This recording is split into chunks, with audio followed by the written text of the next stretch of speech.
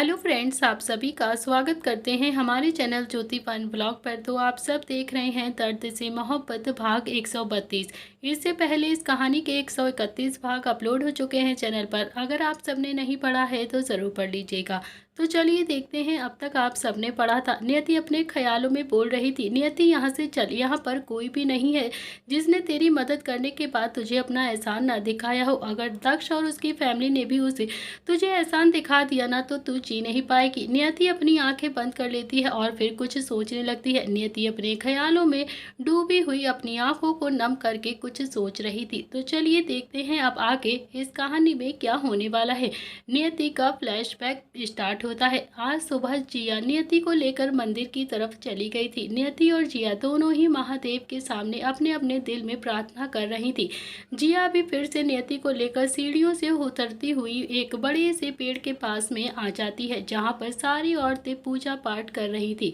वो पूजा पाठ सुहागन औरतें ही करती थी और कुंवारी लड़कियां नहीं करती थी। इसीलिए जिया ने नियति से कहा कि बेटा नियति, तुम यहीं पर खड़ी रहो, मैं इस पेड़ की पूजा करके अभी आती हूँ, यहाँ से कहीं भी मत जाना। तो नियति ने भी जिया की तरफ देखते हुए हाँ में अपनी गर्दन हिला दी और फिर जिया उस पेड़ के पास चली जाती है। नियति खड़ी रहती है और फिर तभी उसे अपने पीछे किसी की पेशेंस को फील होती है। तो नियति ने भी जल्दी से पलट कर देखा तो सामने अभी टिया खड़ी हुई थी। टिया अपनी नम आंखों से नियति को ही देखे जा रही थी। टिया ने अपने हाथ जोड़कर बहुत ही प्यार से मासूम बनकर कहा कि नियति प्लीज मुझे माफ कर दो, मैंने तुम्हारे बारे में सबके सामने इतना कुछ गलत बोल दिया, इतना बुरा भला कहा मैंने तुम्हें। लेकिन यकीन मानो, एक औरत को जब अपना घर टूटते हुए दिखता है ना तो वो गुस्से में कुछ भी कर देती है, कुछ भी किसी को भी बोल देती है। मेरा इरादा तुम्हारी इंसल्ट करने का बिल्कुल भी नहीं था, बल्कि अपना घर बचाने का था। मैंने ना जाने तुम्हें क्या बोल दिया। नियति हैरानी से भी टिया को ही देख रही थी। टिया ने भी अपने आंसू बहाते हुए फिर से कहा कि नियति, मैं तुम्हारे हाथ जोड़ती हूँ, निव्यांश का पीछा छोड़ दो प्लीज, उसके पीछे भागना छोड़ दो, मेरे बसे हुए घर को मत तोड़वाओ। तो मैं इसे नन्ही सी जान को लेकर कहाँ पर जाऊंगी। बेशक मेरे पापा के पास बहुत सारी दुनिया भर के पैसे हैं, लेकिन मैं सबके सामने बेइज्जती नहीं होना चाहती हूँ। प्लीज मैं अपने बेटे को माँ के साथ बाप का भी प्यार भी देना चाहती हूँ। प्लीज मेरे घर को उजाड़ो मत। मैं नहीं चाहती हूँ कि मेरा बेटा जब बड़ा हो जाए तो दुनिया वाले उसे कहें कि उसके बाप ने एक बाहर वाली के लिए उसकी माँ को भी छोड़ दिया था। कुछ भी करके मैं ये सब चीज नहीं बर्दाश्त कर पाऊंगी। मैं हाथ जोड़कर कहती हूँ तुमसे, मेरी जिंदगी और निव्यांश की जिंदगी से प्लीज तुम चली जाओ, हमारा बसा बसाया घर मत तोड़ो, तुम्हारी वजह से मेरा पति मुझे छोड़ रहा है। ये कहते हुए टिया हाथ जोड़कर नियति के पैरों में बैठने लगी। तो नियति अभी 2 कदम पीछे हट गई और बोलती है कि प्लीज आप ये सब कुछ मत करो, मैं नहीं चाहती हूँ कि आप मेरे पैर छुएं। टिया भी फिर से मगरमच्छ के आंसू बहाते हुए कहने लगती है, मेरा ना सही तो मेरे बच्चे का ही ख्याल करो, तुम प्लीज चली जाओ हमारी जिंदगी से। नियति अभी कुछ भी समझ नहीं पा रही थी कि वो क्या करे। तभी टिया फिर से बोलती है कि नियति, मैं तुम्हें दोष नहीं देती हूँ, निव्यांश ही ऐसे हैं।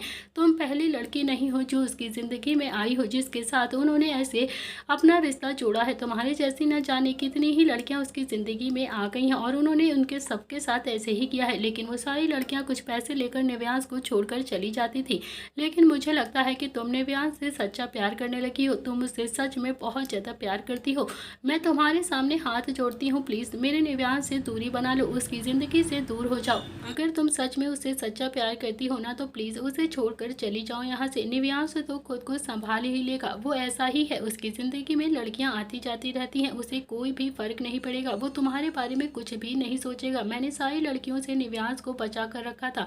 प्लीज नियति हमारी जिंदगी से अब तुम चली जाओ, मैं नहीं चाहती हूँ तुम्हारी जिंदगी में भी ऐसा ही हो। टिया ने भी इतनी ज्यादा ओवर एक्टिंग की थी कि नियति का दिल भी एकदम से भर आया था और टिया को भी समझ में आ गया था कि नियति उसके बिछाए हुए जाल में फंस रही है। टिया ने भी अब जल्दी से अपने आंसुओं को पोंछा और फिर अपने फोन से नियति को कुछ फोटोज दिखाते हुए कहा कि नियति, तुम्हें निव्यांश ने ये सब कुछ कहा होगा ना कि वो मेरे करीब नहीं आता है, लेकिन देखो मेरे पास प्रूफ भी है, वो मेरे कितने नजदीक रहते हैं। मेरे निव्यांश के बीच में दूरियां की गुंजाइश ही नहीं है, हम दोनों एक दूसरे से बहुत प्यार करते हैं। इतना कहकर टिया ने नियति को अपना फोन थमा दिया। नियति ने भी हैरान होकर टिया के फोन में देखा तो उसमें टिया और निव्यांश की बहुत सारी फोटोज थी जो बहुत ही ज्यादा करीब में ही थी। बहुत सारी फोटो बहुत ज़्यादा ऑकवर्ड सिचुएशन में भी लग रही थी। उन फोटो को देखकर कोई भी ये नहीं कह सकता था कि टिया और निव्यांश के बीच में फिजिकल रिलेशन नहीं होगा। उन दोनों की फोटो में साफ दिख रहा था कि वो दोनों फिजिकल रिलेशन में हैं। अब तो नियति का भी बहुत ज्यादा रोना आ रहा था, उसका दिल और भी ज्यादा टूट गया था। नियति पहले से ही ये इंतजार कर रही थी कि वो तब तक निव्यांश से नहीं मिलेगी जब तक उसका डाइवोर्स नहीं हो जाता है, और अब तो उसकी बिल्कुल उम्मीद ही टूट गई थी। उसे तो बिल्कुल उम्मीद ही नहीं थी कि वो उसकी जिंदगी में दोबारा जाएगी। नियति ने भी टिया की तरफ देखा और फिर टिया ने भी नियति के सामने अपना पल्लू फैलाते हुए कहा कि प्लीज नियति, अपने प्यार को मेरी झोली में डाल दो, प्लीज मेरा पति मुझे वापस कर दो। नियति भी अब कुछ नहीं बोलती है। उसने टिया का फोन उसे वापस कर दिया और फिर टिया भी नम आंखों से अभी भी नियति को ही देखे जा रही थी। नियति तो बहुत ही ज्यादा हैरान थी। नियति ने भी खुद को संभाला और फिर अपने आंसू को पोंछ कर बोलती है कि तुम फिक्र मत करो, मैं निव्यांश की जिंदगी से बहुत दूर चली जाऊंगी। मैं तुम्हारे और निव्यांश के बीच में नहीं आऊंगी। तुम्हारे बच्चे को बाप का नाम जरूर मिलेगा, उसे बाप का प्यार जरूर मिलेगा। टिया के चेहरे पर तो अब हल्की सी मुस्कुराहट आ गई थी और फिर उसने अपने आंसुओं को पोंछकर मन ही मन खुद से कहा कि मैं तो सच में बहुत ही ज्यादा बड़ी वाली एक्टर हूँ, बहुत ही अच्छी एक्टिंग की है मैंने। बंदरों की टुकड़ी को लगता है कि वो मुझसे जीत जाएगी, लेकिन टिया से जीतना इतना भी आसान नहीं है जितना कि वो बंदरों की टुकड़ी सोचती है। जो अपने माँ बाप को बेवकूफ़ बना सकती है, वो इसके जैसी सीधी सादी भोली भाई लड़की को बेवकूफ़ तो आराम से ही बना सकती है। मैंने भी ना कितनी अच्छी एक्टिंग करके इस पागल लड़की को पागल बना दिया। तो टिया तो वहाँ से आंसू पोंछते हुए चली गई थी। नियति तो अब सुन्न होकर चुपचाप से खड़ी रहती है। इधर दूसरी तरफ जिया जो पूजा करने के बाद जैसे ही पलटी तो उसे उसकी एक दोस्त मिल जाती है और वो उससे बातें करने लगती है। और बातों ही बातों में जिया ने अपने फ्रेंड के साथ एक दो सेल्फी भी ले ली थी और फिर उसे अपने स्टेटस पर अपडेट कर दिया था। वो स्टेटस निव्यांश ने भी देख लिया था, जिससे उसे ये पता चल गया था कि नियति टिया से मिलकर ही आई है और शायद इसी वजह से नियति ने निव्यांश के ऊपर हाथ तक उठा दिया था। धैर्य ने संकल्प को देखकर चिल्लाते हुए कहा कि अब उसे चिल्लाने से कुछ भी नहीं होगा, चलो मिलकर ढूंढते हैं नियति को, कहाँ पर है वो। इतना कहकर अभी पांचों ही जिया के घर से निकलकर सीधा गार्डन में आ गए थे। तो जिया भी अब रोते रोते उनके पीछे ही चली गई थी। तो जिया ने भी फिर से अभी देखकर गुस्से में सबसे कहा कि बंदरों की टुकड़ी, अगर तुम मेरी बेटी को लेकर नहीं आए ना तो इस घर में पैर भी नहीं रखने दूंगी तुम सबको, समझे। तुम सबके सब एक एक की टांगे तोड़ दूंगी मैं। और हाँ, रुद्रनील से भी कह दूंगी कि इन बंदरों की टुकड़ी को घर में घुसने ना दे, इन सब को घर से बाहर निकाल दो और फिर भीख मांगना बैठकर रोड पर।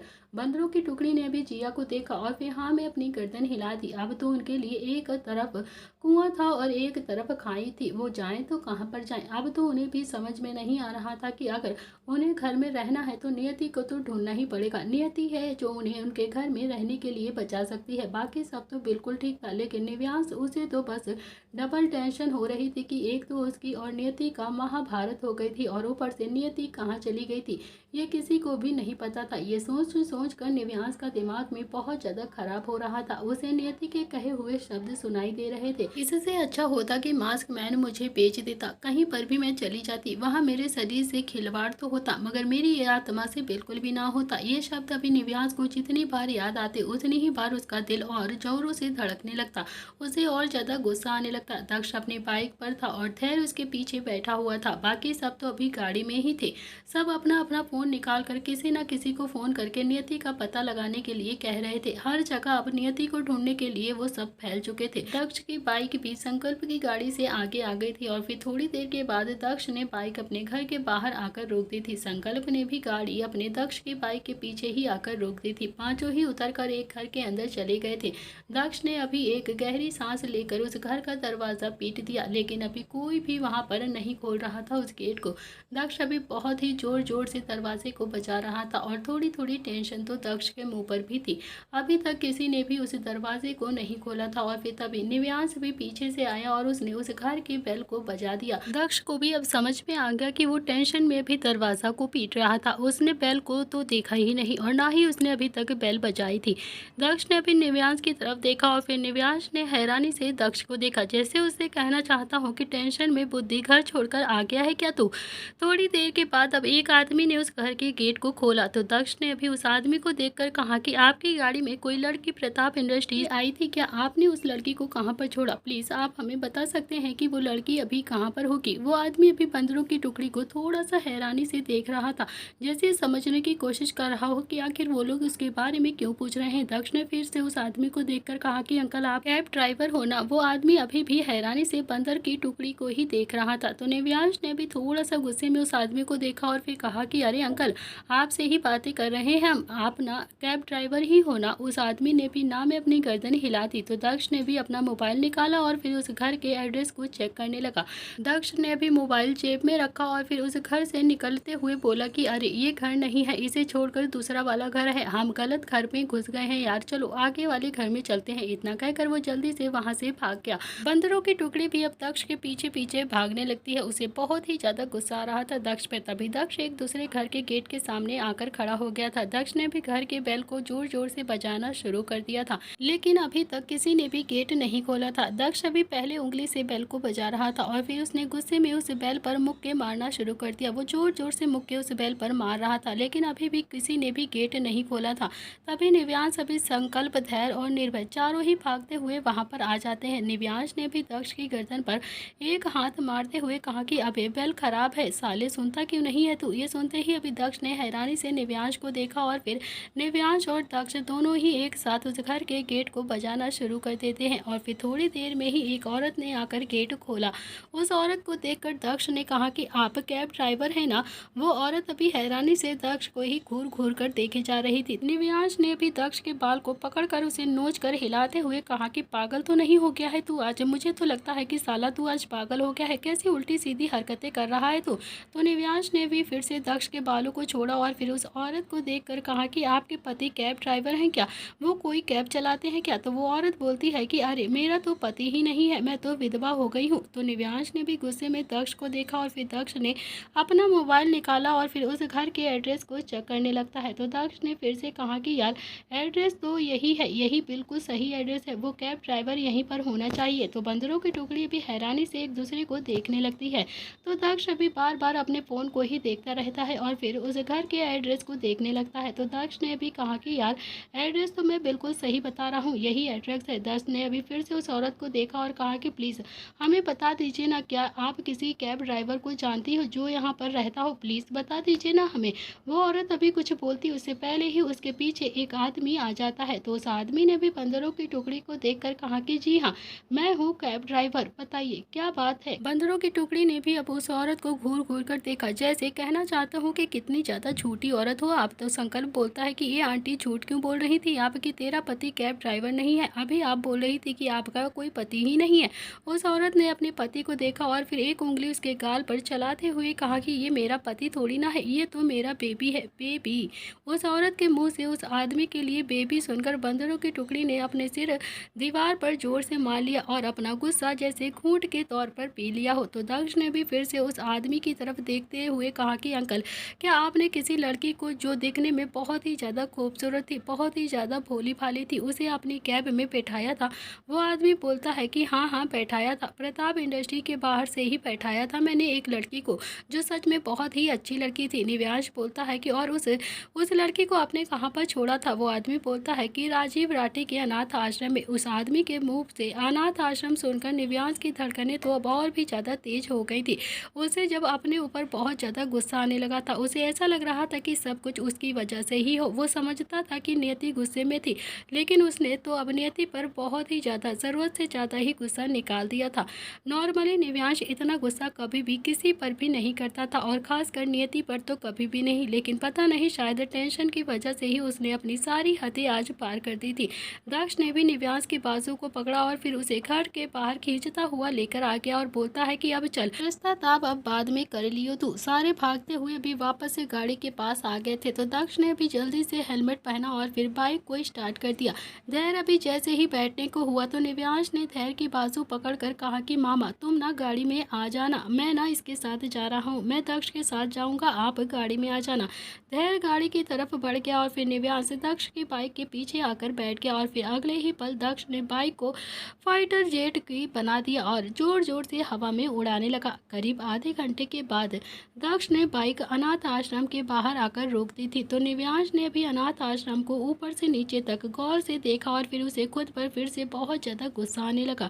दक्ष ने बाइक साइड में लगाई और फिर दोनों ही बाइक से उतर गए और दक्ष जो अंदर की तरफ जाने लगा। निव्यांश भी अंदर तो जा ही रहा था, लेकिन उसके कदम एकदम से लड़खड़ा रहे थे। उसे लग रहा था कि उसने नियति पर बहुत ही ज़्यादा गुस्सा किया है। उसने नियति पर गुस्सा नहीं किया बल्कि पाप कर दिया हो। दक्ष ने भी पीछे पलट कर देखा तो निव्यांश अभी दक्ष से बहुत ही ज़्यादा दूरी पर था। तो दक्ष अभी वापस गया और उसने निव्यांश की बाजुओं को पकड़ा और फिर उसे खींचता हुआ अंदर लेकर आ गया और बोलता है कि ये एक्टिंग बाद में कर लियो तू, समझा?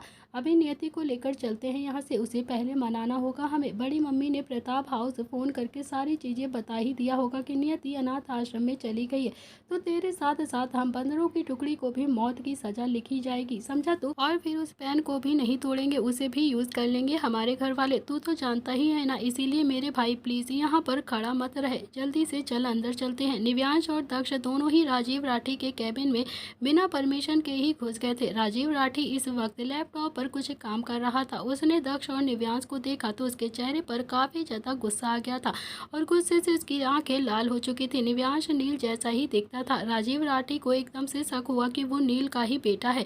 फिर उसने कन्फर्म करते हुए कहा कि कौन हो तुम दोनों और यहाँ पर बिना परमिशन के कैसे आ गए? निव्यांश आगे आया और फिर उसने अपना हाथ आगे बढ़ाकर कहा कि मेरा नाम है निव्यांश प्रताप सिंह।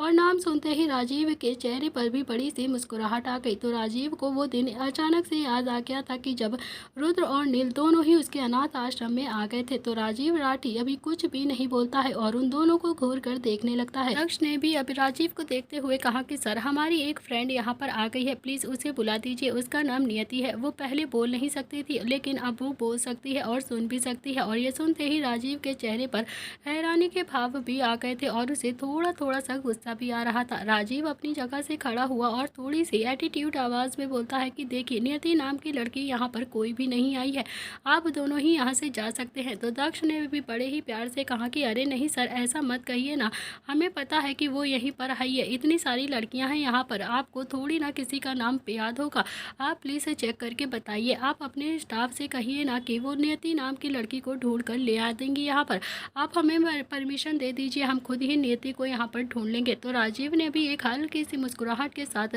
दक्ष की तरफ देखते हुए कहा कि हाँ हाँ क्यों नहीं, अगर आपकी कोई दोस्त यहाँ पर आई है तो आप उसे यहाँ से लेकर जा सकते हैं, आप खुद जाइए और उसे ढूंढ लीजिए, अगर होगी तो आपको मिल जाएगी। वैसे भी मैं यहाँ पर नहीं चाहता हूँ कि कोई भी बच्चा अनाथ आश्रम में रहे, जाइए जाकर आप ढूंढ लीजिए अपनी फ्रेंड को। तो राजीव की परमिशन मिलते ही दक्ष और निव्यांश दोनों ही वहाँ से हवा की तरफ भागे और जैसे ही बाहर आए तो उन्हें बंदरों की टुकड़ी भी मिल जाती है। दक्ष ने भी सबको देखकर कहा कि नियति को ढूंढो, परमिशन मिल गई है, वो यहीं पर होगी, हमें जल्द ही मिल जाएगी। बंदरों की टुकड़ी भी अब अनाथ आश्रम में नियति को ढूंढने लगती है और वो एक टाइम था जब वानर सेना भी अनाथ आश्रम में किट्टू को ढूंढ रही थी। जैसे आज यहाँ पर बंदरों की टुकड़ी नियति को ढूंढ रही थी, उन्हें वहाँ पर दिशा मिल गई थी और आज 25 साल के बाद बंदरों की टुकड़ी भी अनाथ आश्रम में नियति को ही ढूंढ रही थी। बंदरों की टुकड़ी ने भी पूरे अनाथ आश्रम में नियति को ढूंढा था, लेकिन नियति उन्हें कहीं पर भी नहीं मिली थी और उन चारों की टेंशन और भी ज़्यादा बढ़ रही थी। उन्होंने न जाने कितने ही लोगों से नियति के बारे में पूछ लिया था, लेकिन नियति उन्हें कहीं पर भी नहीं मिल रही थी। उन सब को अब नियति को ढूंढते हुए रात हो गई थी और सबके दिल की धड़कनें भी अब तेज हो गई थी कि नियति अचानक से कहाँ पर चली गई। निव्यांश की तो हालत अब बहुत ही ज़्यादा खराब हो गई थी। दक्ष, उसका दिल तो बैठा ही जा रहा था और फाइनली पांचों भी एक जगह पर इकट्ठा हो गए थे। दक्ष ने कहा कि यार क्या करें, कहाँ पर ढूंढें नियति को, वो तो मिल ही नहीं रही है, कहीं दूसरी जगह पर तो नहीं गई है, समझ में नहीं आ रहा है कि ये लड़की कहाँ पर चली गई है। निव्यांश भरे हुए गले से बोलता है कि यार सब मेरी ही गलती है, मेरी ही वजह से वो यहाँ पर आई थी, अगर मैं अपने गुस्से पर कंट्रोल करता रहता ना तो शायद वो यहाँ पर कभी भी नहीं आती, अब उसे कहाँ पर ढूंढेंगे हम। तो संकल्प ने कहा कि कहीं ऐसा तो नहीं है कि नियति यहाँ पर आई ही ना हो, हमें कैब ड्राइवर ने ही झूठ बोल दिया हो। तो दक्ष ने भी ना में अपनी गर्दन हिलाते हुए कहा कि नहीं यार, मैंने कैब ड्राइवर के बारे में सब कुछ पता किया है, बहुत ही ज़्यादा शरीफ इंसान है, वो झूठ नहीं बोलेगा, उसे क्या फ़ायदा मिलेगा झूठ बोलकर हमसे, वो ऐसा नहीं कर सकता। नियति गई कहाँ पर है?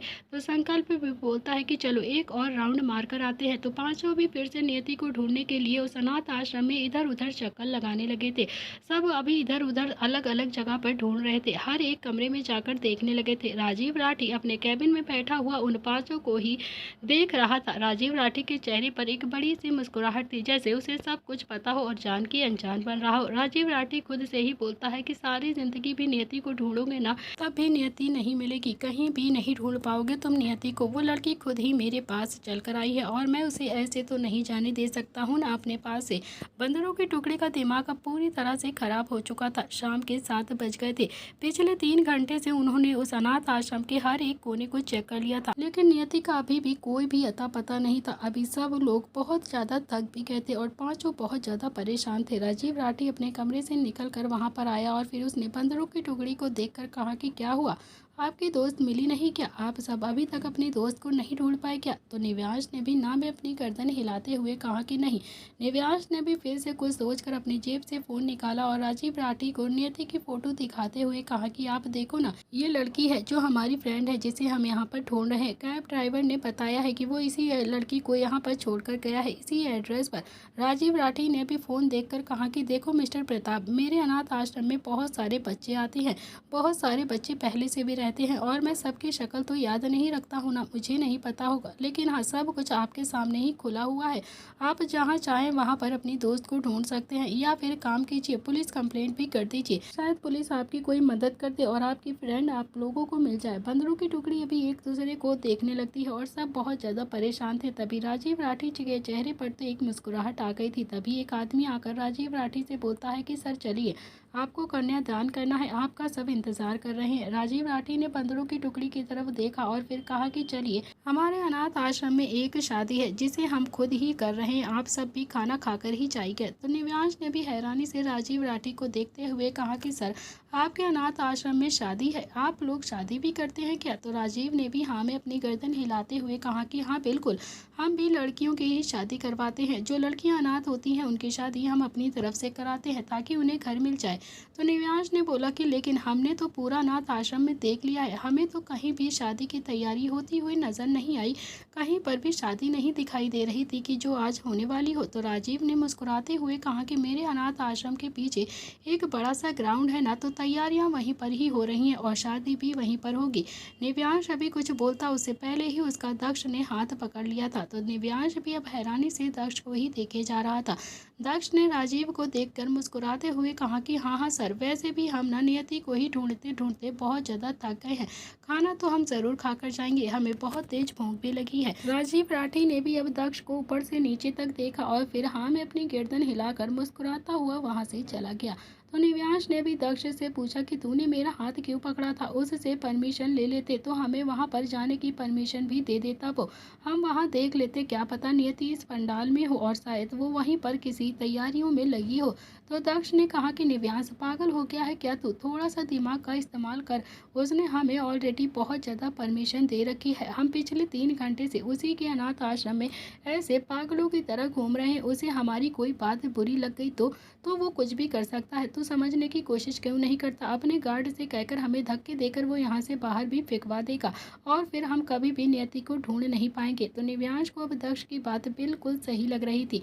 संकल्प ने कहा कि तो फिर क्या करें, बता, आप तू ही बता, हम क्या करें, कैसे ढूंढे नियति को? धैर्य बोलता है कि करना क्या है, पांडाल में जाकर देखते हैं क्या हो रहा है वहाँ पर, हो सकता है नियति की शादी किसी और से हो रही हो, शायद राजीव राठी किसी और से नियति की शादी कर रहा हो। और ये सुनते ही सब धैर्य को घूर कर देखने लगे थे। धैर्य ने भी कंधे उचकाकर कहा कि अरे, मैंने सुना है कि अनाथ आश्रम में सामूहिक शादी जरूर होती है, चलो इससे पहले कि हमारी नियति की भी सामूहिक शादी हो जाए किसी से, हम सब स्नो वाइट को ढूंढ लेते हैं और उसे अपने साथ लेकर चलते हैं। अब जल्दी से उसे चलो पांडाल में ढूंढते हैं। सबने हाँ में अपनी गर्दन हिला दी और फिर सब मिलकर पांडाल की तरफ चले गए। सबने देखा तो पांडाल में भी बहुत ज़्यादा हलचल हो रही थी। एक जगह से हलवाई खाना बना रहा था और एक जगह बहुत सारी लड़कियां बैठी हुई थी, जिसमें से बहुत सारी लड़कियों ने लहंगे भी पहने हुए थे, कुछ लड़कियों ने साड़ी पहनी हुई थी और कुछ लड़कियां जो बहुत अच्छे से डांस कर रहे थे। उनमें से अभी शादी किसकी हो रही है ये किसी को भी नहीं पता था। ये पहचानना भी बहुत ज़्यादा मुश्किल था कि आखिर उन लड़कियों में किसकी शादी हो रही है। एक दूसरी तरफ बहुत सारे लड़के भी बैठे हुए थे। वो पांडाल बहुत ही ज़्यादा बड़ा था। बंदरों की टुकड़ी भी अब उस पांडाल को अच्छे से निहार रही थी। सच में वो पांडाल बहुत अच्छे से सजाया गया था। निव्यांश ने कहा कि दक्ष, इतनी सारी लड़कियां हैं, हम उनमें से नियति को कैसे ढूंढेंगे? और अगर हम ऐसे उनके सामने जाएंगे ना तो वो हमें मार मार कर बंदर बना देंगी। न जाने कितना ज़्यादा मारेंगी। हम सब उनके सामने ऐसे नहीं जा सकते। सब ने अभी संकल्प को देखा और फिर संकल्प ने ना में अपनी गर्दन हिला दी। सब ने अभी संकल्प की बाजू को पकड़ा और उसे खींचते हुए अब टेंट के पीछे लेकर आ गए। तो संकल्प ने ना में अपनी गर्दन हिलाते हुए बोला कि नहीं, मैं नहीं यार, प्लीज़ मुझे नहीं जाना है। तो निव्यांश बोलता है कि चुपचाप से मेरी बात को मान ले, वरना अच्छा नहीं होगा। तुझे इतना मारूंगा, हाथ पैर तोड़ दूंगा। अगर आज नियति की शादी हो गई ना तो सोच भी ले कि तेरा क्या करूंगा मैं। फिर तुझे ना जिंदा रहने का कोई हक नहीं होगा। अभी ना नियति को ढूंढते हैं और फिर उसके बाद उससे माफ़ी भी मांगनी है मुझे। फिर वो मुझे से नाराज़गी दिखाएगी और फिर उसे समझाना भी तो है मुझे ना बहुत ज़्यादा मेहनत करनी है। मेरा बहुत सारा काम है, समझ आई ना तुझे? तो मुझे ये सारा काम अभी प्रोसेसिंग के हिसाब से ही करना होगा। अब तू चुपचाप से मेरी बात को मान ले और लड़कियों के बीच में चला जा संकल्प, नहीं तो मुंह फोड़कर तुझे अभी लाल कर दूंगा। तो संकल्प ने भी अभी थोड़ा सा मुंह बनाकर कहा कि ठीक है, लेकिन मुझे कपड़े तो लाकर दो पहले आप। तो दक्ष ने अभी संकल्प को ऊपर से नीचे तक देखा और फिर बोलता है कि तुझे कुर्ता और चुनरी लाकर दे देता हूँ मैं, बाकी जीन्स तूने पहन के ही रखी हुई है। तो संकल्प ने भी घूर कर दक्ष की तरफ देखा और बोलता है कि हाँ जा, पहले ला कर दे तो ये मुझे, तभी तो जाऊंगा ना मैं। तो पांचों ही ने अब इधर उधर अपनी नजरें घुमाई तो वहाँ पर एक तार पर बहुत सारे कपड़े लटके हुए थे। तो निव्यांश अभी उस तार के पास गया और फिर उसने वहाँ से 2-3 चुनरी उतार ली और फिर एक लहंगा उतार लिया और फिर लाकर संकल्प के सामने फेंक दिया और फिर से बोलता है कि जो भी तुझे पसंद हो ना उसे पहन ले जल्दी से, जो भी पसंद है जल्दी जल्दी से उठा और पहन कर तैयार हो जा। तो संकल्प ने अभी अपने कपड़ों को देखा और फिर निर्भय को देखकर कहा कि ले तू भी पहन ले इसमें से एक। तो निर्भय ने भी अब अपनी आंखें छोटी कर ली थी और जैसे उसकी आंखें तो ऑलमोस्ट बाहर ही आ गई हूँ। उसने कहा कि मैं नहीं जाने वाला हूँ, तुम्हारे साथ तो बिल्कुल भी नहीं जाऊँगा। बेकार में ही मेरा नाम बीच में मत घसीटा कर तू, समझा? मैं नहीं जाने वाला। तो संकल्प भी अपने कंधे उचकाकर बोलता है कि वो सब मैं नहीं जानता हूँ, समझा? तू अगर तू मेरे साथ जाएगा तो ही मैं ये कपड़े पहनूंगा, नहीं तो मैं भी नहीं जाने वाला, ना मैं ये कपड़े पहनूंगा। दक्ष अभी निर्भय को देखता है और बोलता है कि पहन लेना, संकल्प तो पहन रहा है ना, चला जा तू भी इसके साथ। सही तो कह रहा है संकल्प, हो सकता है उसकी नज़रों के सामने से नियति अभी सही से कहीं स्किप हो जाए और फिर तू शायद उसे ढूंढ ले, तो इसलिए तू भी जल्दी से कपड़े पहन ले। निर्भय को संकल्प पर बहुत ज़्यादा गुस्सा आ रहा था, लेकिन सिचुएशन को देखते हुए वो भी अब लड़की के कपड़े पहनने के लिए तैयार हो गया था। वो थोड़ा सा मुंह बनाता है और फिर कपड़े उठा लेता है। संकल्प ने एक लहंगा पहना और फिर उसके ऊपर से एक दुपट्टा ले लिया। दुपट्टा काफ़ी ज़्यादा हैवी था, जैसे ब्राइडल लहंगे का दुपट्टा होता है उसी तरह से वो भी दुपट्टा था। तो संकल्प अपने दुपट्टे को बार बार संभालने की कोशिश कर रहा था, लेकिन उससे वो दुपट्टा संभल ही नहीं रहा था। संकल्प ने भी निव्यांश को देखते हुए कहा कि छोटे पैंथर, इससे छोटा दुपट्टा नहीं मिला था क्या तुझे? देखना कितना ज़्यादा भारी है, कितना ज़्यादा बड़ा भी है ये। तो दक्ष ने भी संकल्प के सिर पर हाथ मार कर कहा कि अभी तुझे कौन सा सारी जिंदगी ओढ़ कर रखना है इसे, बस कुछ ही टाइम की तो बात है, जल्दी से नियति को ढूंढ ले तो फिर हमें ये सब पहनना ही नहीं पड़ेगा। संकल्प अपने दुपट्टे को संभालता हुआ बोलता है कि फिर भी यार बहुत ज़्यादा भारी है ये दुपट्टा, और ये लहंगा भी मेरे एंकल लेंथ से ऊपर ही आ रहा है, ये तो मेरे नीचे तक साइड भी नहीं हो रहा, मेरी जीन्स दिखाई दे रही है। तो निव्यांश ने कहा कि संकल्प कोई इतनी ध्यान से नहीं देखेगा तुझे, चुपचाप से जा, समझा? जाकर नियति को लड़कियों में से ढूंढ और ढूंढ कर ही लेकर आई हो, नहीं तो अपना मुंह तोड़वा लेना मुझसे। संकल्प ने भी धैर्य को देखा जो अपनी साड़ी से उलझ कर रहा था और फिर संकल्प ने धैर्य की साड़ी को स्ट्रगल करते हुए देखा तो मुस्कुरा कर बोलता है कि ला मैं पहना देता हूँ तुझे, तेरी बस की बात नहीं है। उस दिन मैंने साड़ी पहनना सीख लिया था, उस दिन बवाल हुआ था ना घर में उस दिन। तो संकल्प ने भी धैर्य की जीन्स को मैं अच्छे से साड़ी टेप करके पहना दी थी और फिर उसका पल्लू उसके सिर पर रख दिया था। दोनों ही भाई अब अच्छे से तैयार हो गए थे, एक ने लहंगा पहना था तो एक ने साड़ी पहनी थी। संकल्प ने भी निर्भय का हाथ पकड़ा और फिर उस पांडाल के अंदर लेकर चला गया। उस पांडाल में अभी इतनी ज़्यादा हलचल हो रही थी कि किसी ने भी निर्भय और संकल्प को पहचाना ही नहीं था, किसी ने भी उन दोनों पर ध्यान ही नहीं दिया, वो लड़के हैं या फिर लड़की। दोनों ही अब उन लड़कियों के बीच में चले गए थे और फिर एक एक लड़कियों को बहाने से देखने लगे थे। पांडाल के बाहर निव्यांश, धैर्य और दक्ष तीनों ही अब खड़े हुए उनका इंतजार कर रहे थे। तीनों की ही धड़कनें अभी जोरों से चल रही थी, डबल स्पीड के साथ भाग रही थी। सबने अपने अपने कानों में ब्लूटूथ लगा कर रखा था। सब एक दूसरे को कांटेक्ट कर रहे थे। तो संकल्प बोलता है कि यार अभी तक तो यहाँ पर हमें नियति कहीं भी दिखाई नहीं दे रही है, मुझे लगता है कि नियति शायद यहाँ पर नहीं है। निर्भय ने भी कहा कि हाँ संकल्प सच बोल रहा है, यहाँ पर नियति नहीं है। दक्ष ने कहा कि यार ढूंढो, मिल जाएगी, वो यहीं पर होगी और कहाँ जाएगी। तो संकल्प बोलता है कि हम यहाँ पर ढूंढ तो रहे हैं, तुम भी आकर ढूंढ लो ना। तो निव्यांश बोलता है कि हाँ हाँ संकल्प, हम भी ढूंढते हैं। निव्यांश ने अभी पलट कर देखा तो जिस तार से वो कपड़े लेकर आ रहा था उस तार के पीछे भी कुछ कमरे बने हुए थे। उन सभी कमरों के बाहर अभी ताला लगा हुआ था, सभी कमरे बंद थे। तो निव्यांश ने अभी दक्ष के हाथ पर हाथ रखकर कहा कि दक्ष ये देख, यहाँ पर देखते हैं, यहाँ पर तो लगता है कि सब में कमरों में ताला लगा हुआ, हो सकता है नियति इन्हीं कमरों में बंद हो। तो दक्ष ने कहा कि लेकिन यहाँ तो ताले लगे हुए हैं ना, तो नियति को बंद करके क्यों रखेंगे वो सब, मुझे नहीं लगता है कि नियति यहाँ पर होगी। तो निव्यांश ने कहा कि चलना दक्ष, चल कर एक बार देखते हैं। तो दक्ष अभी निव्यांश और धैर्य तीनों ही उन बंद कमरों की तरफ बढ़ गए थे नियति को ढूंढने के लिए। तो सब अभी एक एक कमरे को अच्छे से चेक कर रहे थे। सारे कमरे अभी बाहर से बंद थे, सारे कमरों में ताला लगा था, लेकिन एक कमरा अभी हल्का सा खोला हुआ था। निव्यांश ने उस कमरे को खोलकर देखा तो वहाँ पर 2-3 लड़कियाँ थी जो दुल्हन के लिबास में बैठी हुई थी। वो लड़कियाँ तो अभी 22-23 साल की लग रही थी। अभी तीनों की ही उम्र थोड़ी सी कम ही लग रही थी, लेकिन एक लड़की तो काफ़ी ज़्यादा छोटी भी नजर आ रही थी, जो शायद अभी 16 से या 17 साल की ही होगी, और 2 लड़कियाँ 20-22 साल के ऊपर की होंगी। तो तीनों ने ही अब उन लड़कियों को देखा, पर तभी धैर्य ने उसे छोटी लड़की को देखकर निव्यांश के कान में कहा कि यार ये लड़की कितनी ज़्यादा छोटी है और ये इस कमरे में दुल्हन के रूप में क्या कर रही है बैठकर, इसकी भी शादी हो रही है क्या? मुझे नहीं लगता है कि इसकी शादी अभी करनी चाहिए। तो निव्यांश ने उस लड़की को देखकर कहा कि यार नहीं, इसकी शादी नहीं होगी, हो सकता है ये ऐसे ही एक्साइटमेंट के साथ तैयार हो गई हो, दुल्हन के रूप में से अच्छा लगता हो, इसीलिए शायद तैयार हो गई, तू चल यहाँ से।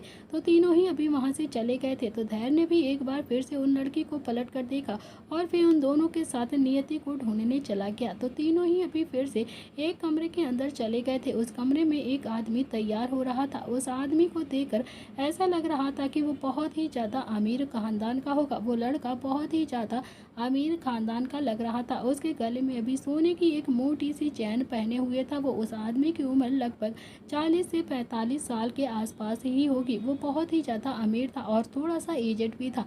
उसका पेट भी निकला हुआ था, चेहरा एकदम से काला काला सा था। देखकर ही ऐसा लग रहा था कि साउथ इंडियन मूवी का कोई विलन ही होगा। बहुत ज़्यादा डरावना भी लग रहा था। उस आदमी ने भी तीनों को घूर कर देखते हुए कहा कि यहाँ पर क्या कर रहे हो तुम तीनों, निकलो यहाँ से, मैं तैयार हो रहा हूँ। तीनों ही अब कमरे से बाहर निकल गए थे और बाहर जाकर धैर्य ने कहा कि यार इस मोटे की भी शादी हो रही है क्या? कपड़े से तो लग रहा था कि इसकी भी शादी हो रही है। मुझे लगता है कि शायद उन तीनों लड़कियों में से किसी एक की शादी इसके साथ होगी। तीनों ही अभी आपस में बात कर रहे थे कि तभी निव्यांश की आंखें हैरानी से फैल गई थी। निव्यांश वापस से कमरे में गया और फिर उसने जाते ही उस आदमी का कॉलर पकड़ लिया और फिर उस आदमी के मुंह पर मुक्के बरसाना शुरू कर दिया। तो दक्ष और धैर्य को तो अभी कुछ भी समझ में नहीं आ रहा था कि आखिर ये निव्यांश को क्या हो गया, वो उस आदमी को इतना मार क्यों रहा है। तभी दक्ष भी अंदर आया और उस आदमी को छुड़वाते हुए बोलता है कि निव्यांश ये तो क्या कर रहा है, पता चल जाएगा कि हमने उसके गेस्ट के साथ ऐसे बदतमीजी करी है, उसके गेस्ट के साथ इतना ज़्यादा मारपीट करी है। तो निव्यांश रुक जाना तू प्लीज़, क्या कर रहा है तू? लेकिन निव्यांश तो जैसे अभी रुकने का नाम ही नहीं ले रहा था। उस पर उसे बहुत ज़्यादा गुस्सा आ रहा था। निव्यांश ने उस आदमी के मुंह पर एक पंच मारते हुए कहा कि दक्ष तुझे पता है ये आया है नियति से शादी करने के लिए, ये मेरी नियति से शादी करेगा। इसकी शक्ल देखी है तूने, शक्ल देखी है तूने अपने गंदे इंसान गधे कहीं के, तू मेरी नियति से शादी करेगा। इतना कहकर उसने फिर से उस आदमी को मारना शुरू कर दिया था। तो धैर्य भी अब धैर्य के साथ उस कमरे का मुंह आईना करने लगा था और फिर तभी पगड़ी उठाकर देखता है, कभी शेरवानी उठाकर देखता है और कभी गले में माला पहनकर देखता है। इधर दूसरी तरफ निव्यांश ने भी तसल्ली से उस मोटे आदमी को पीट पीट कर बहुत ज़्यादा मार दिया था। उसका मुंह से खून तक निकाल दिया था। उस मोटे आदमी के मुंह से खून आने लगा था और उसका मुंह भी बहुत ही ज़्यादा चोट से भर गया था, आँख भी सूज सूझ गई थी। तो दक्ष ने भी उस आदमी को देखा जो ऑलमोस्ट निव्यांश से पीट कर बेहोश होने ही वाला था, और फिर तभी निव्यांश को देखकर कहा कि तुझे कैसे पता कि ये नियति से शादी करने वाला है? ये नियति के साथ ही शादी करने के लिए यहाँ पर आया। तूने इसे इतना मार दिया है, मगर किस बेस पर बताएगा मुझे? तो निव्यांश बोलता है उसके मोबाइल से मुझे पता चल गया। तो दक्ष ने भी उसके मोबाइल की तरफ देखा जो अभी ड्रेसिंग टेबल के पास में ही रखा हुआ था। उसके होम स्क्रीन पर अभी नियति की फोटो लगी हुई थी। निव्यांश बोलता है कि अब नियति को ढूंढ, और ये राजीव राठी ना बड़ा ही चालाक इंसान निकला है यार। ये सब कुछ जानता है और ये हमारा पागल बना रहा था हमको। वो अच्छे से जानता है कि नियति कौन है और वो उसी के अनाथ आश्रम में है, फिर भी हमारे सामने वो अनजान बन रहा था। अब हमें जो कुछ भी करना होगा ना, वो उसकी नाक के नीचे करना होगा, बिना उसके पता करे उसे सब चीज़ नहीं बताना है हमें, ताकि उसे कुछ भी ना पता चले और हम धीरे से अपनी नियति को ढूंढ लें। अगर उसे जरा से भी भनक लग गई ना कि हमने उसके इतने अमीर ग्रैंड सांड जैसे मेहमान को बहुत ज़्यादा पीट दिया है, तो वो हमें पुलिस स्टेशन भी पहुंचा सकता है, पुलिस में दे सकता है वो हमें। तभी उस कमरे के बाथरूम में से कुछ आवाज़ आने लगती हैं। दक्ष अभी जल्दी से बाथरूम के पास गया और उसने बाथरूम का गेट खोला तो उसकी आंखें तो अब खोली की खोली रह गई थी। सामने नियति दुल्हन के जोड़े में बैठी हुई थी और जो बार बार दरवाज़ा पीट रही थी, जैसे वो वहाँ से भागना चाहती हो। उसके मुंह पर भी अभी टेप लगी हुई थी, माथे से हल्का हल्का सा खून निकल रहा था, हाथों पर नीले निशान लगे थे, जैसे अभी नियति को किसी ने बहुत ज़्यादा मारपीट की है नियति के साथ, जिसे देखकर साफ पता चल रहा था कि उसने नियति के साथ मारपीट भी की गई है। तो नियति के हाथों को भी अभी बांध कर रखा गया था। दक्ष अभी जल्दी से गया और उसने नियति के मुंह से टेप हटाई और फिर उसे गले से लगा लिया और फिर उसके हाथों को भी खोल दिया। नियति भी दक्ष के गले लगकर फूट फूट कर रोने लगी थी। वो बहुत तेज तेज से रो रही थी, जैसे सच में आज उसकी जान किसी ने बचा ली हो। तो दक्ष भी अपनी बहन को संभाल रहा था, उसे भी बहुत ज़्यादा तरस आ रहा था और गुस्सा भी। दक्ष का दिल भी भर आया था। दक्ष अभी नियति को बहन मान ही चुका था। उसे ये नहीं पता था कि सच में नियति उसी की बहन है, वो जिया की ही बेटी है। लेकिन जब से नियति दक्ष के घर पर गई थी, तब से वो नियति को अपनी बहन की तरह ही ट्रीट करता था। वो हमेशा अपनी सगी बहन ही नियति को मानता था। दक्ष के बिल्कुल पीछे अभी निव्यांश खड़ा हुआ था। निव्यांश ने नियति को देखा तो उसे भी बहुत ज़्यादा बुरा लग रहा था। उसे अपने ऊपर बहुत ज़्यादा गुस्सा आने लगा। वो खुद को कोसने लगता है। वो समझ गया था कि अगर वो थोड़ा सा भी लेट हो जाता तो शायद उसकी ज़िंदगी ही ख़त्म हो जाती। अगर वो ज़रा सा भी अपने दिमाग का इस्तेमाल नहीं करता तो आज नियति का उससे हमेशा हमेशा के लिए दूर होना तय हो गया था। दक्ष ने भी नियति की कमर को धीरे से रब करते हुए कहा कि नियति हम आ गए हैं ना, तो अब तुम चुप हो जाओ। रोने की कोई ज़रूरत नहीं है, तुम रो क्यों रही हो? देखो कुछ भी नहीं हुआ है, तुम्हारा भाई तुम्हारे साथ है, तुम्हारा भाई तुम्हें लेने के लिए आ गया है। नियति प्लीज़ चुप हो जाओ ना, अब रोना बंद कर दो, कुछ भी नहीं हुआ है। नियति ने भी एक बार निव्यांश को देखा और फिर मुंह फेर लिया। निव्यांश को अब नियति के ऐसे करने से बहुत ही ज़्यादा बुरा लग रहा था। उसे ऐसा लग रहा था कि जैसे उसकी दिल की धड़कनें अब डबल स्पीड से भाग रही हैं। फिलहाल तो वो अब थोड़ा सा खुश हो गया था कि नियति मिल गई थी। निव्यांश ने भी दक्ष को कमर पर हल्का सा हाथ मार कर कहा कि अब तू उठ जा, इसे लेकर चलते हैं हम यहाँ से। तो दक्ष ने भी अब नियति का चेहरा अपने हाथ में भरा और फिर उसके आंसुओं को पोंछ कर बोलता है कि बस नियति अब तुम चुप हो जाओ, कुछ भी नहीं हुआ है, कोई भी तुम्हें कुछ नहीं करेगा। देखो गलती तो तुम्हारी भी है ना, अगर तुम्हें निव्यांश से प्रॉब्लम थी तो तुम सीधा प्रताप हाउस से आती और वहाँ से रिश्ता तोड़ देती, लेकिन तुम तो हम सब से भी रिश्ता तोड़कर यहाँ पर आ गई थी। तुमने तो हमारी फैमिली को भी अपना नहीं माना है। तो नियति ने भी अपने निव्यांश की शिकायत करते हुए कहा कि दक्ष भाई तुम्हें नहीं पता है, इस इंसान ने ना मुझसे दोस्ती करके मुझ पर बहुत ज़्यादा एहसान किया है, मेरी बहुत ज़्यादा मदद करी है और इन्होंने मेरे ऊपर बहुत ज़्यादा एहसान किया है। आपको पता है इस इंसान की नज़रों में मेरी क्या इज्जत है? सिर्फ 2 कौड़ी की इज्जत है, 2 कौड़ी की लड़की हूँ मैं इसकी नज़रों में। इतना कहकर नियति भी फिर से दक्ष के सीने पर अपना सिर रखकर रोने लगती थी।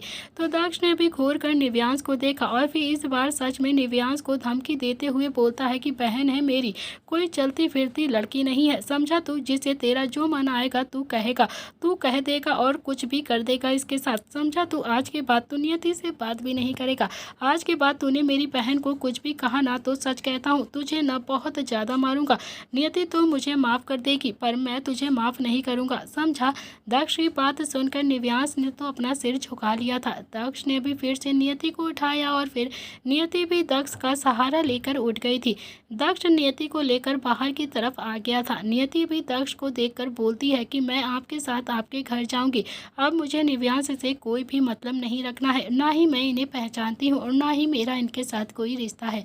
दक्ष ने भी अब नियति के आंसुओं को पोंछकर कहा कि हाँ मैं वादा करता हूँ, जब तक तुम निव्यांश को माफ़ नहीं करोगी ना, तब तक निव्यांश की परछाई भी तुम तक नहीं पहुँचेगी। नियति फिर से रोने लगती है। तभी दक्ष, जो भी नियति को लेकर बाहर की तरफ आ गया था, दक्ष और निव्यांश नियति को लेकर वहाँ से चुपचाप से जाने लगे थे।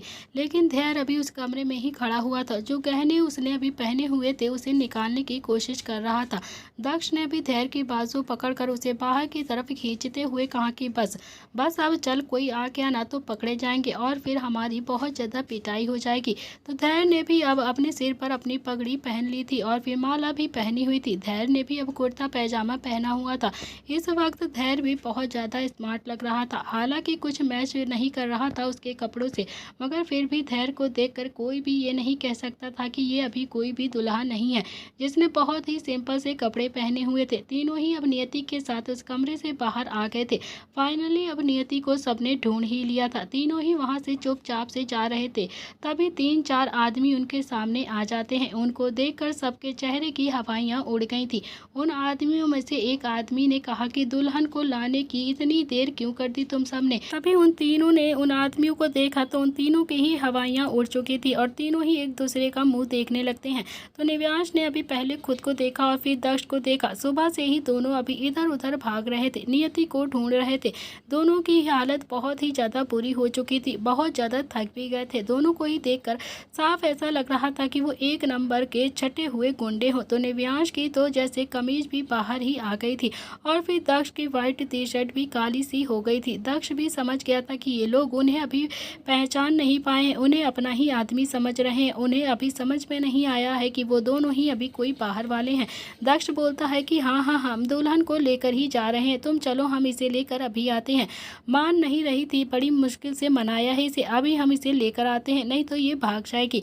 उस आदमी ने भी अपना एक हाथ नियति की बाजू की तरफ बढ़ाते हुए कहा कि इसे मैं लेकर जाता हूँ, तुम अन्ना को लेकर आओ, मैं इसे जल्दी से मंडप में बैठा देता, जिससे इसकी शादी होने वाली है ना, उस अन्ना को लेकर आ जाना तुम नीचे। तो नियति तो अब उस आदमी की बातें सुनकर हल्का हल्का सा कांप गई थी। वो आदमी अभी नियति की बाजू पकड़ता उससे पहले ही उसकी कलाई निव्यांश ने पकड़ ली थी। तो निव्यांश अभी इस वक्त बहुत ही ज़्यादा गुस्से में था, लेकिन फिर भी उसने खुद को कंट्रोल करते हुए थोड़ा सा प्यार भरे लहजे में कहा कि यार इसे लेकर हम जाते हैं ना, अन्ना को लेकर तुम आ जाना, हम इसे लेकर अभी मंडप में ही जा रहे हैं। तो निव्यांश ने भी ये बात इतनी ज़्यादा अकड़ कर कही थी कि उन आदमियों को अब निव्यांश की बात माननी ही पड़ गई थी और फिर वो भी कमरे की तरफ बढ़ गए थे अन्ना को लाने के लिए, जिसे निव्यांश ने अभी बहुत ज़्यादा मारा था और मार के बेहोश कर दिया था। उनके जाते ही तीनों अब जल्दी जल्दी से नियति को लेकर अनाथ आश्रम के मेन गेट तक आ गए थे। अनाथ आश्रम का मेन गेट अंदर से बंद था, लोहे का बड़ा सा गेट, और अंदर से बंद होने की वजह से उसे पार करना भी बहुत ज़्यादा मुश्किल था, क्योंकि वो गेट सच में बहुत ही ज़्यादा मजबूत था और ऊपर से उस पर बड़ा सा ताला भी लगा हुआ था। उस गेट को पार करना बहुत ही ज़्यादा मुश्किल थे। अब तीनों को ही बहुत ज़्यादा गुस्सा भी आ रहा था और परेशानी भी थी। उस ताले को देखकर तीनों को बहुत ज़्यादा गुस्सा आया। तीनों भी कुछ सोच ही रहे थे कि तभी निर्भय उनके पास उनकी साड़ी को संभालता हुआ भागता हुआ आ रहा था। निर्भय को अकेला देखकर बंदरों की टुकड़ी तो हैरानी से फैल गई थी। निर्भय भागता हुआ आया और लंबी लंबी सांसें लेने लगता है। तो निर्भय ने भी सबसे पहले अपनी साड़ी को साइड में उतारकर फेंक दिया और फिर अपने दोनों हाथ कमर पर रखकर अपनी सांसों को कंट्रोल करने लगता है। तभी बंदरों की टुकड़ी अभी निर्भय को देख रही थी, जैसे उसका इंतजार कर रही हो, उसके बोलने का इंतजार करने लगती है। तभी निर्भय सबसे पहले नियति की बाजू से लगी हुई धूल को झाड़ते हुए बोलता है कि स्नो वाइट, तुम ठीक तो हो ना, तुम्हें कुछ हुआ तो नहीं, किसी ने तुम्हें कुछ कहा तो नहीं। तो नियति ने भी हाँ में अपनी गर्दन हिला दी और बोला कि हाँ भैया, मैं बिल्कुल ठीक हूँ, मुझे किसी ने कुछ भी नहीं कहा है। तभी दक्ष ने संकल्प का नाम लेते हुए कहा कि निर्भय, संकल्प कहाँ पर है, वो तेरे साथ नहीं आया क्या? संकल्प का नाम सुनते ही निर्भय के चेहरे पर तो हल्की सी मुस्कुराहट आ गई थी और फिर वो तीनों की तरफ देखते हुए बोलता है कि यार उसे तो पकड़कर मंडप में बैठा दिया है, वो भी किसी आदमी के साथ, उसकी तो शादी करवा रहे हैं किसी आदमी के साथ। और ये सुनते ही बंदरों की टुकड़ी की आंखें तो अब हैरानी से फैल गई थी और सबका मुंह खोला का खोला रह गया था, मगर फिर भी सबके चेहरे पर हल्की सी मुस्कुराहट आ गई थी। लेकिन सब काफ़ी ज़्यादा हैरान भी थे कि तभी उन्होंने जो ब्लूटूथ संकल्प से कॉन्टैक्ट किए लिए लगाया हुआ था उसमें थोड़ी थोड़ी सी आवाज़ आने लगती है। कुत्ते कमीने, मुझे बचा के लेकर जाओ, नहीं तो बहुत मारूंगा। कुत्तों कमीनों, जल्दी से आओ, मुझे बचा लो, नहीं तो आज ही सुहाग रात मन जाएगी मेरी। तुम लोगों की वजह से ही मैं यहाँ पर फंस गया हूँ। अरे समझने की कोशिश करो, मैं किसी का पति नहीं बन रहा हूँ बल्कि किसी की पत्नी बन रहा हूँ। पत्नी, जल्दी से आओ, मुझे बचा कर लेकर जाओ। संकल्प अभी ये सारी बातें बहुत ही ज़्यादा धीरे धीरे से बोल रहा था। उसने अपने चेहरे पर घूंघट किया हुआ था और उसके साथ कोई आदमी मंडप में बैठा हुआ था। सबको अब संकल्प की सिचुएशन पर बहुत ज़्यादा हंसी भी आ रही थी और थोड़ी थोड़ी सी टेंशन भी हो रही थी। संकल्प ने भी सबकी हंसी सुनी तो धीरे से बोलता है कि सच कह रहा हूँ, अगर आज मेरी शादी हो गई है ना तो मैं सच कहता हूँ, वानर सेना के सामने तुम सब का भांडा फोड़ दूंगा, सबकी शिकायत करूंगा, सबका सच बता दूंगा, समझा? तुम सबको बता दूंगा कि तुमने नियति के साथ क्या क्या किया था और तुम सब की वजह से ही नियति अनाथ आश्रम में चली गई थी और उसके बाद मेरी शादी एक आदमी से भी करवा दी थी तुम सब ने। तो निव्यांश ने भी अपनी हंसी कंट्रोल करते हुए कहा कि तू चुपचाप से बैठा रहे, मैं निर्भय और धैर्य को भेज रहा हूँ, समझा? तू वो तुझे वहाँ से निकाल लेंगे। जैसे ही तेरे फेरे कंप्लीट होंगे ना वैसे ही तू उनके साथ यहाँ पर आ जाना, समझा तू? तो निव्यांश ने भी फिर से धैर्य और निर्भय की तरफ देखते हुए कहा कि जाओ जाओ दोनों, तब तक हम इसे गेट को खोलने की कोशिश करते हैं और यहाँ से निकलने के लिए कुछ प्लान सोचते हैं। धैर्य और निर्भय अब दोनों ही वहाँ से चले गए थे संकल्प को लाने के लिए। तो दक्ष ने भी अब उस मेन गेट की तरफ देखा और फिर कहा कि यार ये तो सच में बहुत ही बड़ा सा गेट है, इसे खोलना इतना भी आसान नहीं है, कैसे खुलेगा, इसे कैसे खोल पाएंगे हम इस गेट को, बहुत ही ज़्यादा मुश्किल है। तो दक्ष बोलता है कि ये खुलेगा नहीं, इसे तो कूदना ही पड़ेगा हम सबको। तो दक्ष ने भी गेट पर हाथ रखकर इशारा करते हुए कहा कि यहाँ पर पैर रखना और फिर हम इस गेट को पार कर सकते हैं। तो लेकिन हाँ, ये ना थोड़ी सी प्रॉब्लम तो होगी ही, इसे कूदने में नियति को थोड़ी सी प्रॉब्लम होगी। तो दक्ष ने भी नियति को देखकर कहा कि नियति, तुम देख रही हो ना कि हम कैसी सिचुएशन में फंस चुके हैं, तुम इस गेट को कूदने की कोशिश करो। देखो निव्यांश उस साइड चला जाएगा और मैं इस साइड ही रहूँगा, तुम आराम आराम से यहाँ पर पैर रखना और इस गेट के ऊपर तक पहुँच जाना और धीरे धीरे से पैर करके उस साइड पर चली जाना। तुम चली तो जाओगी ना, क्योंकि इसके अलावा हमारे पास कोई भी दूसरा ऑप्शन नहीं है यहाँ से निकलने का। और हाँ प्लीज़ तुम जरा से भी टेंशन मत लो, इधर मैं हूँ और तुम्हारे कपड़े सुलझेंगे तो मैं निकाल दूंगा, ओके? और हाँ, उधर तो निव्यांश ही है जो तुम्हें आराम से निकाल लेगा और तुम्हारे कपड़े अगर फंसेंगे तो वो निकाल देगा। प्लीज़ नियति बच्चा, प्लीज़ मान जाओ, मना मत करना, वरना हम बहुत ही बड़ी मुसीबत में फंस जाएंगे, वरना हम सारे पकड़े जाएंगे यहाँ पर और शायद कभी भी ना निकल पाए। नियति ने भी दक्ष की बातों को सुनकर हाँ में अपनी गर्दन हिला दी और फिर अगले ही पल निव्यांश उस गेट पर चढ़कर दूसरी साइड कूद गया। नियति भी पैर रख रही थी लेकिन उसका पैर अभी लहंगे में बार बार अटक रहा था। दक्ष अभी घोड़ा बन गया था और फिर उसने नियति से कहा कि नियति इस पर पैर रखो और फिर नियति ने भी उस पर पैर रखा और धीरे धीरे उसे गेट पर चढ़ने लगी। दक्ष ने भी अब उसे चढ़ाने में पूरी हेल्प की थी और नियति भी फाइनली उसे गेट से कूद गई थी और दूसरी तरफ चली गई थी। इधर दूसरी तरफ उतरने की कोशिश कर रही थी, तभी उसका बैलेंस बिगड़ गया और वो सीधा निव्यांश के ऊपर जाकर गिर गई थी। जैसे ही वो निव्यांश के ऊपर गिरी तो निव्यांश को वो पल याद आ गया था कि जब वो पहली बार नियति को होटल से लेकर आ रहा था तब भी नियति ऐसे ही उसके ऊपर आकर गिर गई थी और दोनों के बीच में कोई भी बात नहीं थी और तब निव्यांश को उसके ऊपर बहुत ज़्यादा गुस्सा आ गया था।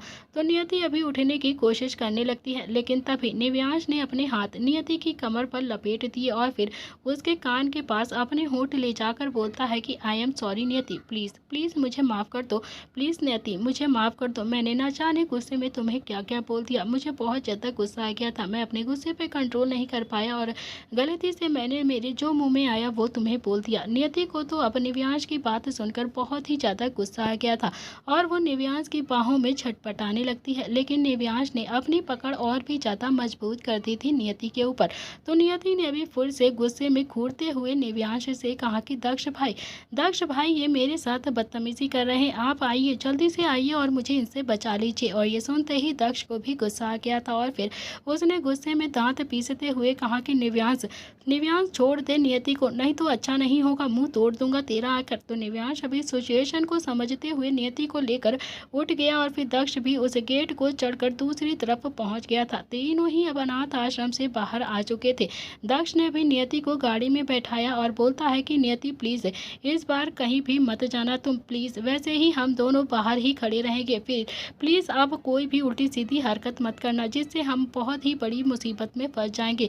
बड़ी माँ का रो रो कर बुरा हाल है, वो तुम्हें बहुत ज़्यादा मिस कर रही हैं। तुम्हारे लिए उन्होंने बहुत ज़्यादा आंसू बहा लिए हैं सुबह से। निव्यांश ने तुम्हारा दिल दुखाया है, लेकिन तुमने तो सबका ही दिल दुखाकर सबको ही पनिशमेंट दे दी है। नियति ने भी हाँ में अपनी गर्दन हिला दी और दक्ष ने गाड़ी का गेट अंदर की तरफ से बंद कर दिया और फिर दोनों ही बाहर निर्भय और संकल्प का इंतजार करने लगते हैं। तभी निर्भय भी फिर से भागता हुआ आया। निर्भय के साथ ना तो धैर्य था और ना ही संकल्प था। निर्भय अभी बिना सोचे समझे जल्दी से उस गेट को कूद कर दूसरी तरफ चढ़ता हुआ बोलता है कि भाई एक और गड़बड़ हो गई है। दोनों की आंखें अब फिर से हैरानी से फैलकर निर्भय को देखने लगती हैं। तो निर्भय भी उन दोनों को देखते हुए बोलता है कि पहले तो संकल्प ही मंडप में बैठा हुआ था, अब तो धैर्य भी वहां मंडप में ही बैठ गया है। और ये सुनकर दक्ष और निव्यांश ने एक दूसरे को देखा और फिर निर्भय को देखकर बोलता है कि दिमाग खराब है क्या तेरा? तू तो बिल्कुल पूरा उल्टा दिमाग कर रहा है हम दोनों का। तुझे ना हमने वहाँ पर प्रॉब्लम सॉल्व करने के लिए भेजा था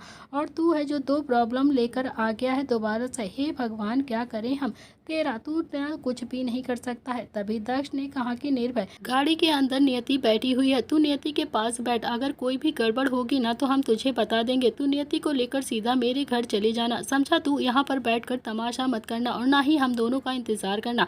धैर्य ने भी हाँ में अपनी गर्दन हिला दी और फिर निव्यांश बोलता है कि मैं और दक्ष अंदर जाकर देखते हैं कि वहाँ पर क्या प्रॉब्लम है, उन दोनों को लेकर आते हैं और तू नियति के पास रुक यहाँ पर। अगर कुछ भी गड़बड़ लगे तो गाड़ी स्टार्ट करके नियति को लेकर यहाँ से चला जाना, ठीक है ना तू? तो निर्भय ने भी जल्दी से हाँ में अपनी गर्दन हिला दी और गेट कूद कर जाकर गाड़ी के अंदर बैठ जाता है। तो दक्ष और निव्यांश अब दोनों ही गेट कूद कर फिर से अनाथ आश्रम के अंदर चले गए थे। निर्भय भी गाड़ी में ड्राइविंग सीट पर आकर बैठ गया था और फिर उसने पीछे मुड़कर नियति को देखा और बोलता है कि नियति तुम चली गई थी ना, तो पता है हम सब का क्या हालत हो गई थी, कितना बुरा फील कर रहे थे हम सब, एक दूसरे से बात भी नहीं कर रहे थे हम सब, सच में बहुत ही ज़्यादा पागल हो गए थे हम। तो नियति को अब समझ में आ रहा था कि उसने सच में कितनी बड़ी बेवकूफ़ी कर दी थी, कितनी बड़ी गलती कर दी थी उसने अपनी ज़िंदगी में, जो उनकी फैमिली को छोड़कर वो यहाँ अनाथ आश्रम में आ गई थी। लेकिन शायद अगर वो ये बेवकूफ़ी ना करती तो उसे पता ही नहीं चलता कि बंदरों की टुकड़ी उसे कितना ज़्यादा प्यार करती है, खासकर दक्ष और जिया तो उसके लिए बहुत ज़्यादा रो रही थी। उसके बिना उसकी तो हालत सच में बहुत ही ज़्यादा ख़राब हो गई थी। नियति को भी अब एहसास हो गया था कि सच में उसकी एक फैमिली है जो उसे सच में बहुत ज़्यादा प्यार करती है। तो दोस्तों, इसी के साथ इस कहानी का आज का एपिसोड यहाँ पर समाप्त होता है। क्या बंदरों की टुकड़ी इस मुसीबत से बच पाएगी? क्या नियति निव्यांश को माफ़ करेगी? क्या होगा इस कहानी में, आगे देखने के लिए इस कहानी में बने रहिएगा। कहानी बहुत ही ज़्यादा इंटरेस्टिंग होने वाली है। क्या निव्यांश और दक्ष बचा पाएंगे संकल्प और धैर्य को, या फिर फंस जाएंगे एक और नई मुसीबत में? इसके लिए आपको देखना पड़ेगा इस कहानी का अगला भाग। आज के लिए इतना ही। Thank you friend.